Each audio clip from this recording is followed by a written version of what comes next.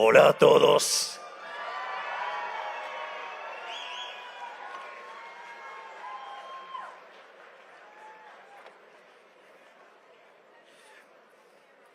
Nunca creí que me iba a sentir tan en mi casa como me siento ahora.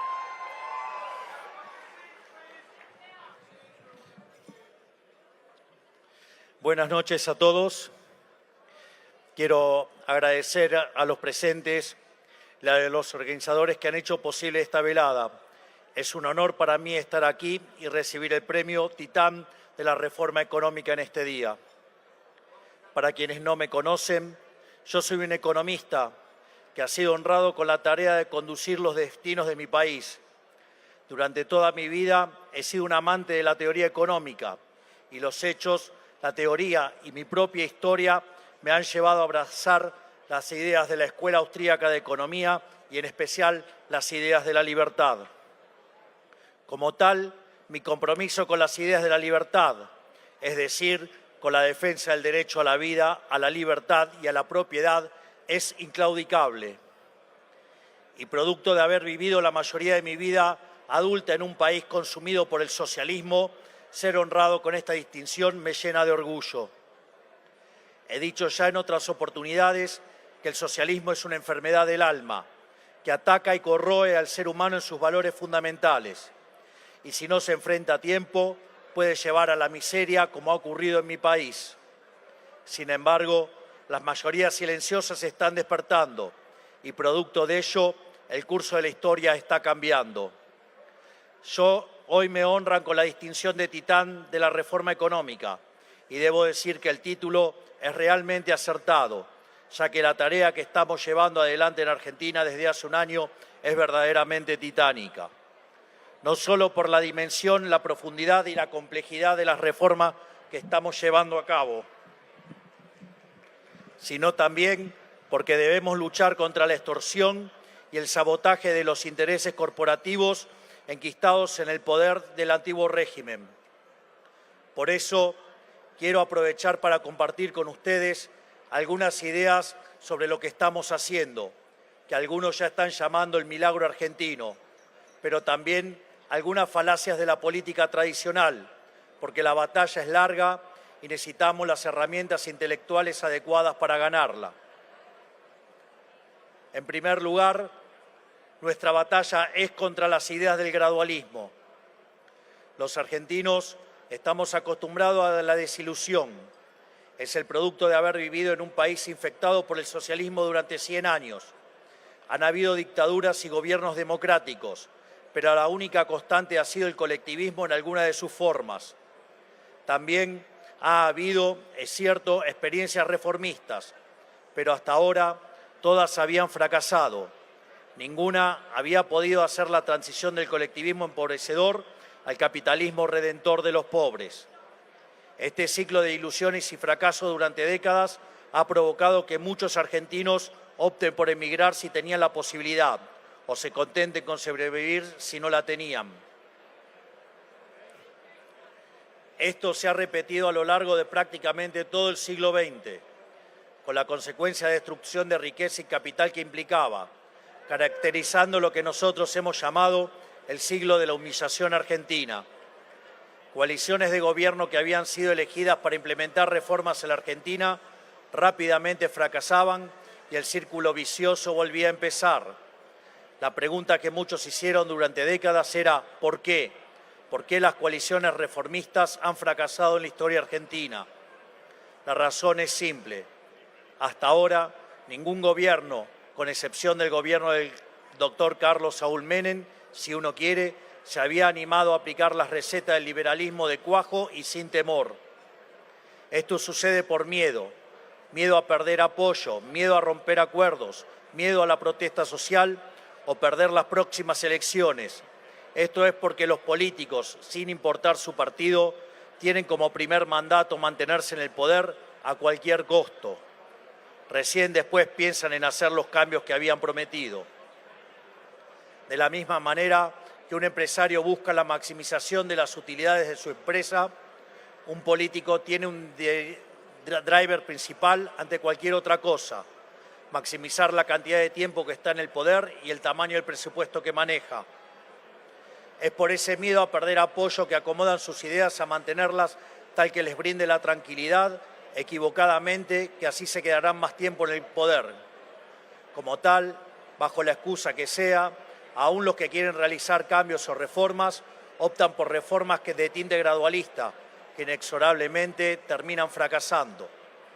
Es interesante esta paradoja. Podríamos llamarle la paradoja del político reformista, convencido que las más importantes para que un país cambie es su permanencia en el poder, producen su propio fracaso.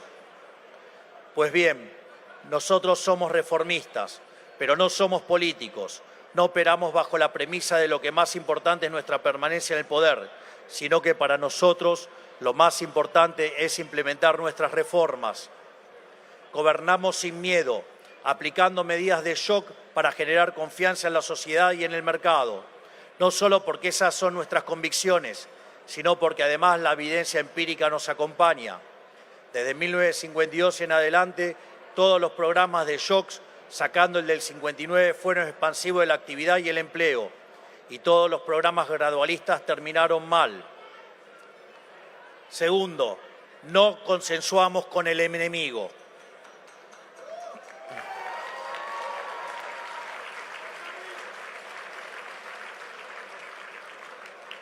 La otra falacia que suelen aplicar los políticos reformistas es la falacia del consenso.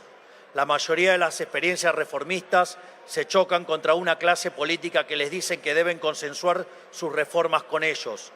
Sin embargo, si los políticos a los que uno enfrenta representan una ideología opuesta a la propia, que ha sido la causante de todos los males, no hay ni puede haber nunca posibilidad de acuerdo. No puede haber acuerdo entre el bien y el mal porque trabajamos para intereses antagónicos. No se pueden negociar los términos de una reforma con quienes viven de conservar sus privilegios.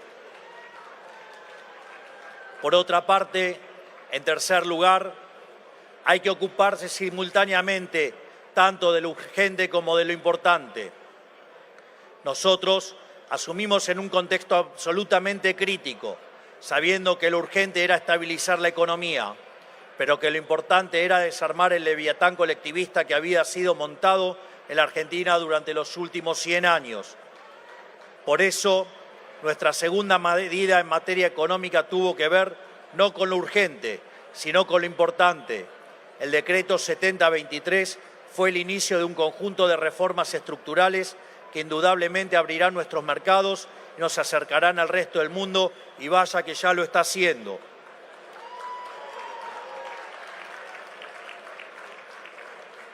Al poco tiempo de dicho decreto, enviamos el proyecto de ley Bases al Congreso, que en conjunto representa una reforma del Estado 8 veces más grande que la llevada a cabo por el gobierno de Carlos Saúl Menem. Es decir, hicimos la reforma estructural más grande de toda la historia argentina, revirtiendo 123 años de decadencia. Es decir, que nosotros no solo nos preocupamos por lo urgente, que era estabilizar la economía, sino que también encarnamos el proyecto de reforma más ambiciosa de la historia de nuestro país. Lo hicimos todo en simultáneo, porque lo urgente no es justificativo para postergar lo importante. Cuarto punto, y sobre todo muy importante a nivel global, achicar el Estado.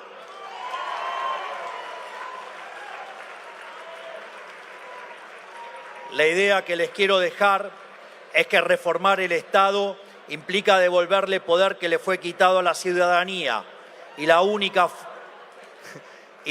forma de hacerlo es achicando el Estado. No hay otra. Lo digo en respuesta a quienes abogan por un Estado grande pero eficiente. Sé que puede sonar lindo o bien intencionado, pero créanme que cuando un político les dice quiere un Estado eficiente, está abogando por mejores mecanismos para robarle la riqueza a los ciudadanos. El único Estado aceptable es el más chico posible, para devolverle al pagador de impuestos lo que es suyo y terminar con la venta de favores. No hay mejor método que eliminar la burocracia estatal para que no exista la posibilidad de vender esos favores. La vida de la gente no puede estar sometido al criterio de un burócrata detrás de un mostrador. La desregulación es el único camino exitoso, es el camino de la motosierra.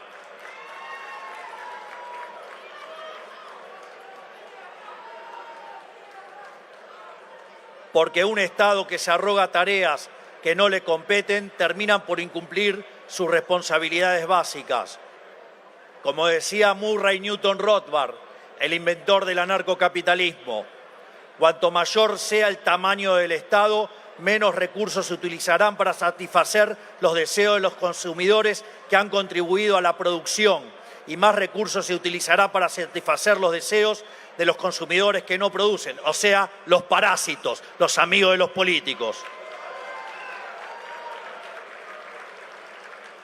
Finalmente, aún habiendo realizado todos los cambios que hemos hecho en este primer año de gobierno, que además ha sido catalogado casi unívocamente como un éxito absoluto, ya que hemos logrado en el primer año el superávit fiscal en 123 años.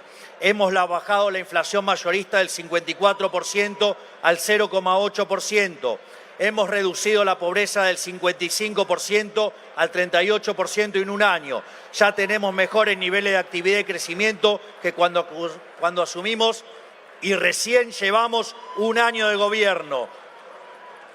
Además, el decreto 7023 y la ley base han sido solamente la punta del iceberg. Aún nos quedan 3.200 reformas estructurales por delante, porque nuestra meta es ardua, pero simple. Queremos hacer de la Argentina el país más libre del mundo, porque sabemos que la libertad genera prosperidad, porque sabemos que nuestras ideas funcionan, porque lo hemos comprobado durante todo este año. Esto ha sido solo el comienzo, lo mejor está por venir. Y además quiero dar las gracias por este reconocimiento. Que Dios bendiga a cada uno de ustedes y a los argentinos. Hagamos nuevamente grande a la Argentina y a Estados Unidos y que la fuerza del cielo nos acompañen. ¡Viva la libertad, carajo! Muchísimas gracias.